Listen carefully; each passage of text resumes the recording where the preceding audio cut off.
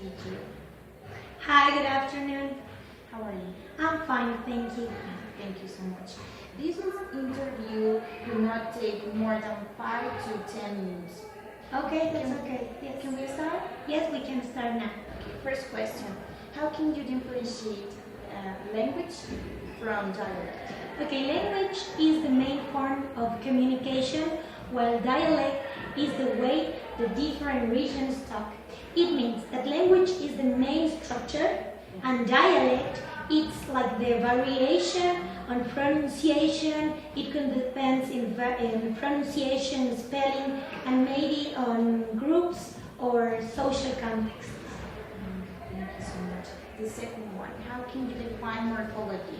Morphology is the study of each word.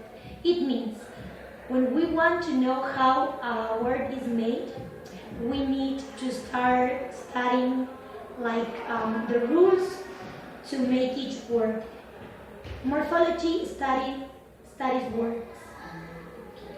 The third. How can you define syntax? Syntax is the study of how each text is made.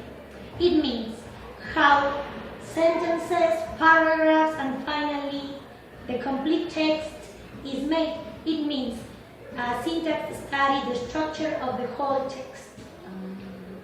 Thank you. The fourth.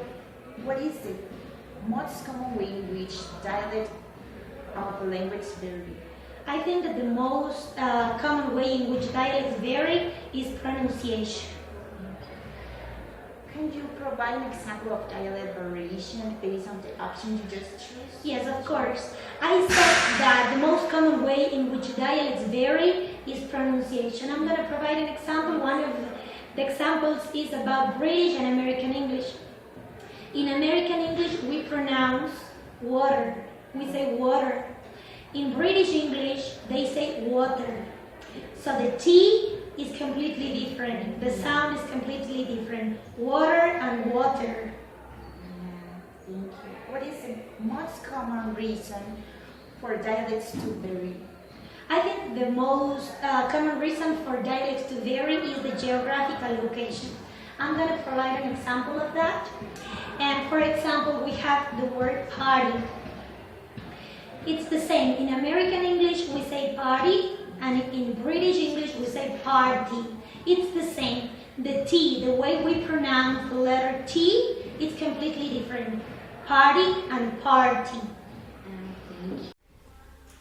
Taking into account English language, can you tell an existing difference in regard to pronunciation, spelling, and sentence formation between British and American English? Yes, as I told you before, there are some difference between British and American English.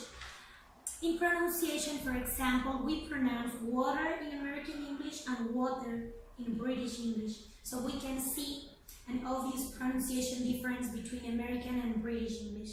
In spelling, we have different ways. For example, in American English we say taxi. In British English we say cab. So taxi and cab. In American English we say cookies. In British English we say biscuits. So it depends on if American English or we are talking about British English. This depends also in the geographical location. And about the sentence formation, in American English we said I have brown hair. In British English we said I have got brown hair. So there are some differences, and it depends on the way people communicate to each other. They understand each other, and that's right. None of these ways to communicate, American English, British English, or the way they communicate in other countries are wrong. They are completely okay because they can understand to each other. Yeah? Thank you. Taking into account the Spanish language, can you tell an existing difference in regard to pronunciation, spelling, and sentence formation between coast and Sierra region speakers? Well, here it's different because even when we talk with different dialects in the coast and the Sierra or mountains region, we have the same sentence formation. When we want to say something, even when our dialects vary, the sentence is the same. We structure the sentences the same way. It's the same with the spelling. Here in Cuenca, we spell the words the same as they do in Guayaquil or in Quito or in Riobamba. The pronunciation is another topic. We say pizza, they say pizza. That's the pronunciation. They speak faster than us, but when we talk about spelling or about sentence formation, we have the same structure. Yes. And the last question. Is there any other dialect variation that you can tell how it happens? Okay, I think one of the most recent dialects is on social media, for example. People talk different ways in social media. They use a lot of abbreviations, and a lot of people consider that a kind of dialect.